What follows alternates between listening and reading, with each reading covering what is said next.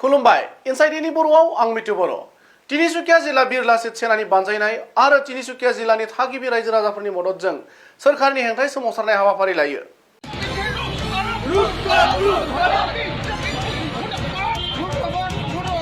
हादोर नाङै मुवा बेसादनि थाद'नाय गैयै बेसेन बांनायखौ होबथानाय आरो आसामनि सोरखारि आरो गावखोन्दोआरि गासैबो मावख'नि बेनार हर्डिंफोराव असमिया राव बाहायनांगौ होनना गोख्रोङै सोमावसारो।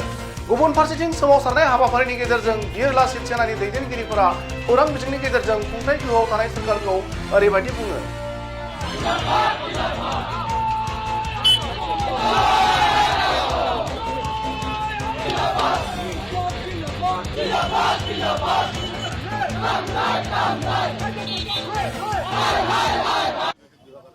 আজি আমি কেন্দ্ৰীয় তথা ৰাজ্যৰ বিজেপি চৰকাৰে যি মূল্যবৃদ্ধি তেওঁলোকে কৰিছে, জনতাৰ ওপৰত যি মাধমাৰ দিছে, বিগত কালছোৱাত কৰোনা ভাইৰাছে যিদৰে অসমৰ লগতে ভাৰতবৰ্ষৰ জনতাই কামিহাড় ভাঙি পেলালে, ভাৰতৰ অৰ্থনৈতিক ভাঙি পেলালে, কিন্তু তৎসত্ত্বেও তেওঁলোকে ইটোৰ পাছত সিটোৰ সামগ্ৰী মূল্যবৃদ্ধি কৰি জনতাক মাধমাৰ দিছে আৰু লগতে দেশৰ ৰাষ্ট্ৰীয় সম্পদসমূহ কিদৰে তেওঁলোকে পুঁজিপতিক ব্যক্তিগতকৰণ কৰি তেওঁলোকক গতাই দিছে আপোনালোকে নিশ্চয় দেখিছে।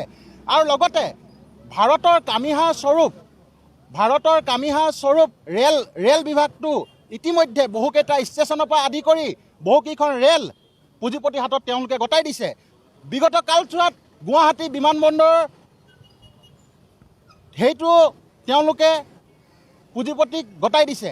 কিন্তু আপোনালোকে দেখা পাব যে যেতিয়াই সংবাদ মাধ্যম তথা ৰাইজে চৰকাৰক প্ৰশ্ন কৰে মূল্যবৃদ্ধিৰ ওপৰত, তেওঁলোকে টুলুঙা মন্তব্য দিয়ে।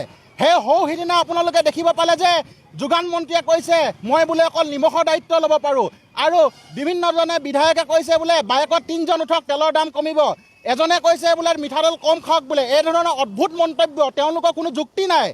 কেৱল হিন্দু মুছলমানৰ ৰাজনীতি, সাম্প্ৰদায়িক ৰাজনীতি তেওঁলোকে কৰা দেখা গৈছে। ভাৰতবৰ্ষৰ বিগত কালছোৱাত 2014 চনত যেতিয়া মোদীয়ে ভাষণ দিছিলে যে ভাই আৰু বেহেলেও বিকাশৰ কথা কৈছিলে, আমি সুধো সেই বিকাশ এতিয়া ক'ত গ'ল? আমি বিকাশক বিচাৰি ঘূৰি ফুৰিছোঁ। ভাই আৰু বেহেনো পেট্ৰল কা দাম কম হোৱা কি নাই হোৱা, এনেকৈ কৈ থাকে। কিন্তু পেট্ৰলৰ দাম কমিছে নে বাঢ়িছে আজি মোদীয়ে প্ৰত্যুত্তৰ দিয়ক।